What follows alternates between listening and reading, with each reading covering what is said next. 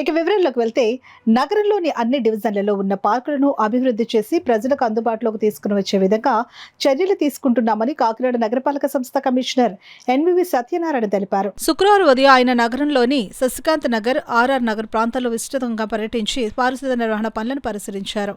ఈ సందర్భంగా కాలనీలో జరుగుతున్న పారిశుద్ధ పనులు, డ్రైనేజీ నిర్వహణ తదితర అంశాలను సమీక్షించారు. సిబ్బంది పనితీరుపై సంతృప్తి వ్యక్తం చేస్తూనే మరింత సమర్థవంతంగా సేవలు అందించాలని సూచించారు. అనంతరం ఆర్ఆర్ నగర్లోని పార్కును సందర్శించిన కమిషనర్ అక్కడ సౌకర్యాలను పరిశీలించారు. పార్కులో లైటింగ్, పచ్చదనం, వాకింగ్ ట్రాక్, పిల్లల ఆట వస్తువులు, బెంచీలు వంటి అంశాలపై ప్రత్యేక దృష్టి సారించారు. R R Nagar residential welfare association సభ్యులు పార్కులో నెలకొన్న సమస్యలను కమిషనర్ దృష్టికి తీసుకుని వచ్చారు. ముఖ్యంగా పచ్చదనం పెంపు, క్రమబద్ధమైన సంరక్షణ, భద్రతా ఏర్పాట్లు చేయాలని వారు కోరారు.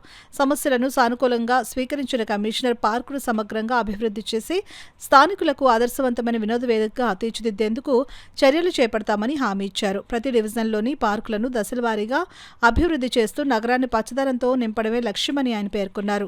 ఈ కార్యక్రమంలో హెల్త్ ఆఫీసర్ డాక్టర్ పృథ్వీచరణ్, ఈ Kanakarao, DE Ratnamala, TPS Rammohan, sanitation supervisor Naidu, sanitation inspector Durgarao, సచివాలయ సిబ్బంది, రెసిడెన్షియల్ వెల్ఫేర్ అసోసియేషన్ సభ్యులు తదితరులు పాల్గొన్నారు.